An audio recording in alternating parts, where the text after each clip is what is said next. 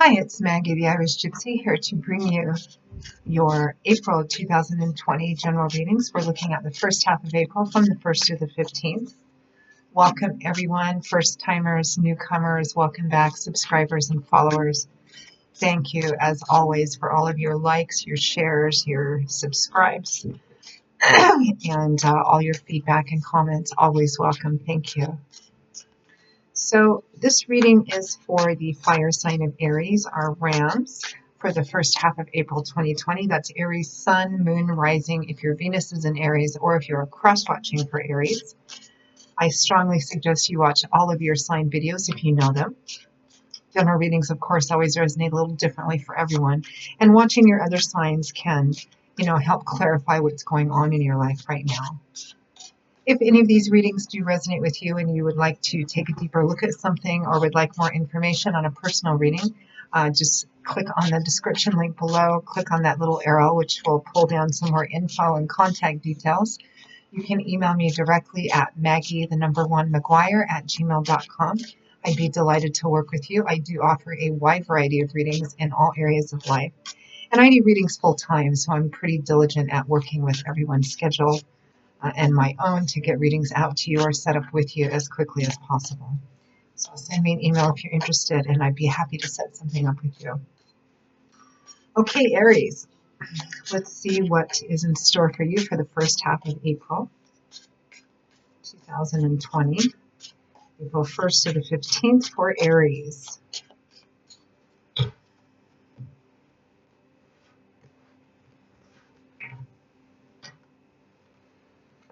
Okay, Aries, we begin with the King of Coins,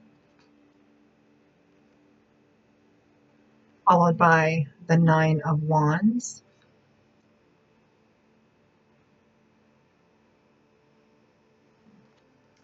we have the Empress,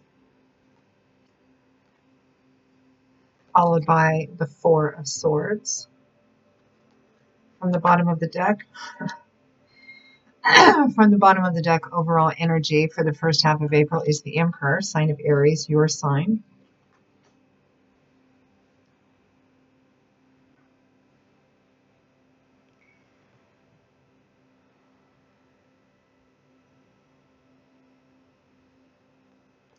Aries, some of your cards are similar to Leo's too. You may want to watch that video, and maybe some of you are involved in something with a Leo. So your energy, the Emperor, overall energy for the first half of April. The Emperor is connected to Aries. The Emperor is often about self-control, domination, balance, sometimes restrictions. The Emperor structures, policies. The Emperor is somebody who rules an entire empire, and that's a big job. And so the position that he's in, he has to kind of keep his fingers on everything, be a good delegator. He lives in a world where, the planes, trains, and buses need to run on time. So he's all about, at least ideally, on a good day, he's all about making a decision for the greater good. But this is somebody who comes from a place of self-control and structure and discipline and rules. On the challenging end, the Emperor can sometimes be a bit controlling, domineering, kind of wanting everything to fall in order in a certain way, his way, the way that he sees it. So that can sometimes be a challenge for the Emperor. However, you have the Empress here too, which is the match for the Emperor, and she's the one that kind of softens up those edges. So this may come across more as a relationship reading for some of you. Now, we have the King of Coins, followed by the Nine of Wands. So the King of Coins is someone who, kings and queens represent individuals who have gone through maturity, evolved beyond the energy of the page, the energy of the knights, and kings and queens have reached a point of pretty good mastery, self-control, and self-discipline over the character traits natural to them or inherent to their suit. This is a King of Coins. So this is somebody who is really a master of the physical structure of his day-to-day world: money, finances, property, real estate, assets, job, long-term stable relationships. This is somebody who is very stable, particularly in a financial or material sense in the day-to-day world, somebody who's worked hard to get to that position and maintain that energy of stability as well. Now, clarifying that, we have the Nine of Wands, which is a card of feeling maybe like you're close to the end of your rope with something. This is a card that can represent, well, the next card, the Ten of Wands, it shows somebody who's crawling on his belly, trying to keep this load of wands on his back. The Nine of Wands, it does represent that you're very close to the end of something, because tens represent cycle fulfillment or abundance, or the absolute most of the suit that you can have. Wands is governed by the element of fire. And so this suit is often about movement and change and action and power and passion. The Nine of Wands represents somebody who's gone through quite a bit already to reach this nine. And you may have run into yet another obstacle or hurdle. This is a card that can sometimes represent, kind of taking a knee and going, I'm so tired. I've already been through so much. I don't know how to deal with this thing that's in front of me. I feel discouraged. Should I give up? There is usually an indication in this card to push through, because you're close to being to the end of something, quite close, even though you can't see it, you don't feel it. In some decks, he's shown as a soldier of some kind, the wounded warrior. He's already been through so many battles, and he has one last one in front of him. But there's a sense of maybe feeling discouraged and whether you should push through. There's usually an indication with the Nine of Wands that you should push through something, or that here it could be that something is becoming, maybe too much of a weight. And it's clarifying the King of Coins. So, and the Emperor sometimes has a challenge, Aries, in being so set in a mindset about something. This is the way I do this particular thing in this particular area of my life, because this is the way it's always worked for me, and I'm not going to look at anything else because this is the way it needs to be. I'm getting this sense that for some of you, you may be holding on to something, a way of doing something, or a way of looking at something. And I think I've gotten this for you before, Aries, a few times over the last few months. That maintaining the way that you're dealing with this situation, it might be work, it might be love. You do have your mate, the Empress here, so it may be a relationship. It may be time to look at maybe adjusting something, particularly if it's in a relationship with another person, because that's another human being, and there needs to be kind of a give and flow, and, talking and compromising and all of that stuff, which the Emperor sometimes has difficulty doing because he's the Emperor. He rules the empire, and it feels like maybe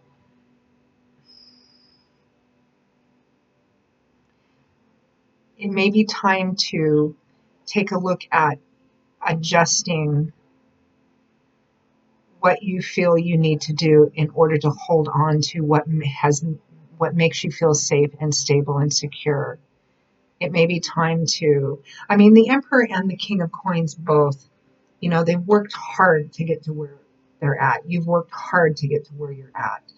And you have done it in a certain way, and you maintain it in a certain way. Coins is basically, whether it's money or property or long-term relationships, it's about what makes us feel safe, stable, solid, secure, a sense of continuity in our world. And I'm feeling like for some of you, the way that you've been doing that and the reasons why you've been doing it the way that you have is being challenged by someone who's actually showing up as your natural mate, the Empress, because I feel like this is an external person to you. And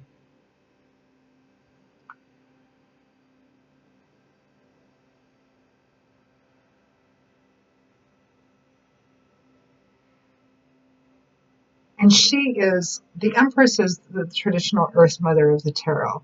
The Emperor is the traditional, parochial father figure of the tarot. The Empress is much more fluid and sensual and self-indulgent and all about fertility and pregnancy and planting seeds and abundance and growth and nurturing. She is what kind of, whether you're a male or a female, or she's a male or a female, this is the person that kind of humanizes the Emperor much more and kind of reminds him that it's not just about rules and structure and how things need to be aligned, but it's also about, people. It's also about the people in your empire, not just about how the empire itself runs. So that's what makes you guys such a good match, because each of you kind of complement what the other has or lacks in lesser degree.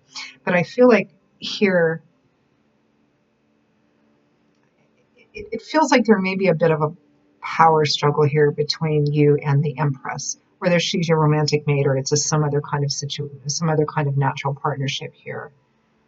And you're kind of coming from, the Emperor's point of view, and she's kind of coming from this different point of view. And most of the time, the two of you flow together and fit together quite well. But it feels like here, you're about holding on to something because that's what makes you feel safe. And the the other person here is wanting something different or more. And there may be a sense of withdrawal about that. The Empress is clarified by the Four of Swords, which is a card of withdrawing because, and it's attached to the Empress. So perhaps this person has withdrawn because she feels tired, worn out, exhausted, needs to get a new perspective.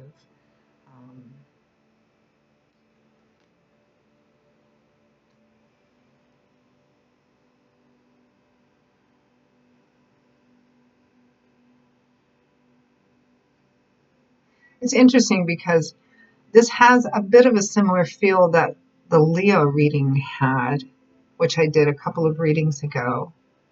But on the Leo's end, they were wanting something and willing to bring it crashing down because of not getting it after all this time. And it feels like you is somewhat similar, but you're on kind of like the other side of that, because I don't want to give something else or compromise on how I run my life, because that's what makes me feel safe here.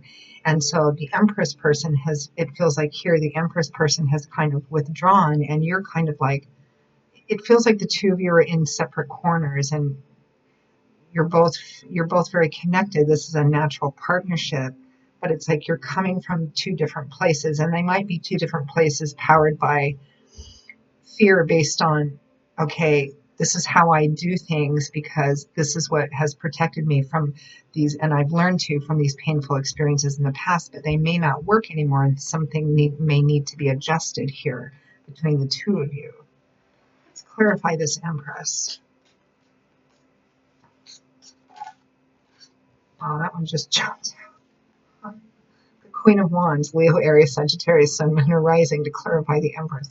Makes me wonder if this has to do with another Leo, with a Leo or an Aries or Sagittarius. So this strong, dynamic female is showing up here. Yeah, it feels like there's a bit of a push and a pull, kind of I keep saying power control or power struggle here, but I don't necessarily mean it in a very domineering way. It just feels like the two of you are coming from wanting something different, but you're kind of like, well, this is how I do it. This is how I've always done it, because this is what makes me feel safe from things I've experienced in the past. That's what it feels like to me. Let's see what this Nine of Wands for you is about. This Nine of Wands, King of Coins.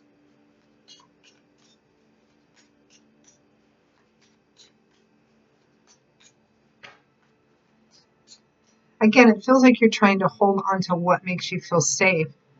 Even if this other person doesn't really want to take that away from you, it's just the way that you do things, because that's what makes you feel like you have a good foundation underneath you.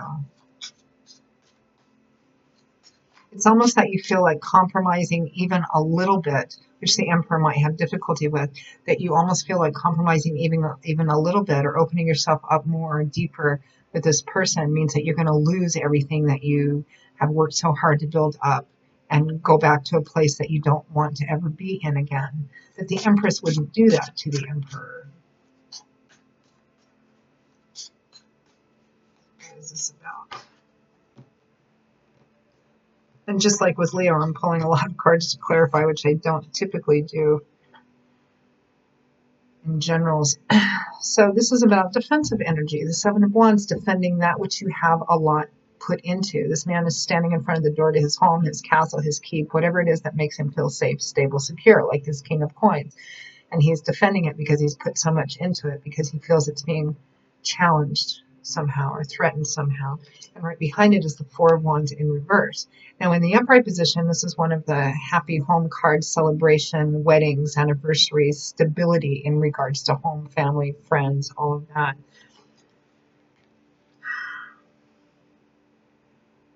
So interesting reading, Aries. Somewhat tricky. It feels like this Empress is perhaps wanting something more or different from you in this partnership, relationship, etc. And you are firmly coming from this Emperor, King of Coins, Seven of Wands. No, I've done it this way because this is what I need to keep me feeling safe. And free will, you can do whatever you want, right? We have free agency. But it's because you're defending. I mean, sometimes the Four of Wands in reverse can show up for someone who absolutely does not want marriage again, per se, for example. Because in the upright position, this can represent marriage, engagement, all of that. Sometimes, I mean, perhaps even though the two of you are natural mates and all of that, if this is a love and relationship reading for some of you, and she's wanting to perhaps take it to that level because you guys have been together for a while and you're like, no, I don't need that. Maybe you've had that before and it didn't work. And so you're firmly defending this modality, this ideology you have, because that's what makes you feel safe and that's what's gotten you to the place you are now.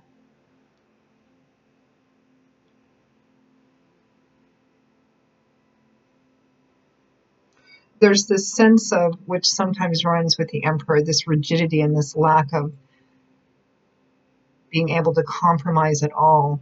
And again, we live in a free will zone, and I hope this doesn't come across as too preachy or paternal to you, because I almost feel like I'm lecturing. But, you know, this Empress, for those of you for whom this is a relationship or partner reading, you guys are showing up as partners. It feels like, you know, like it is for most of us, we do things a certain way because that's what works for us, particularly if we've been hurt or taken from or lost a lot in the past. We develop, you know, kind of an ideology from that. And that can carry us through for a long time, perhaps the rest of our lives. But sometimes we meet a person that comes in, like this Empress to you, the Emperor, and, you know, they present something different. They offer something different. But in order to do that, you have to kind of adjust, because that's the nature of being in a relationship with another human being. You can't operate the same way as you did when you were not in that relationship, because there's another person there now. But it just feels kind of a bit rigid. So at the risk of not sounding very lectury anymore, let's just pull some advice and guidance from Spirit for you, Aries, on how best to navigate through this for at least the first half of April.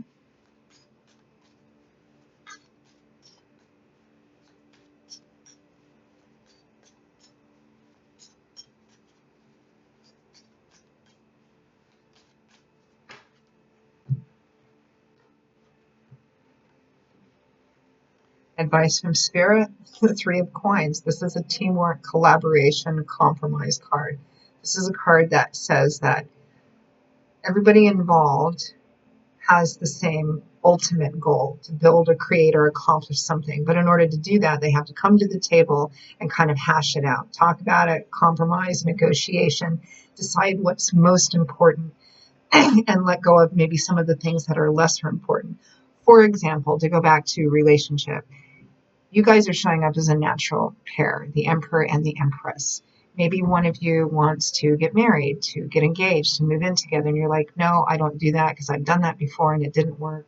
And we're great the way that we are. We don't need to do that. And she's like, well, this is what I need to kind of, move on or whatever. And you're just very rigid because that's where you've come from, but it's based on a lifetime of experiences that don't have anything to do with the Empress, because the Empress wouldn't want to screw over the Emperor. I mean, she's his natural mate. So Spirit is calling you to kind of compromise, sit down, compromise, negotiate. This is about communication and working together. And right behind it, as advice, is the Two of Swords in reverse. In the upright, it's being blind to what's right in front of you, a reluctance or a resistance to seeing what's right in front of you and making decisions based on that. So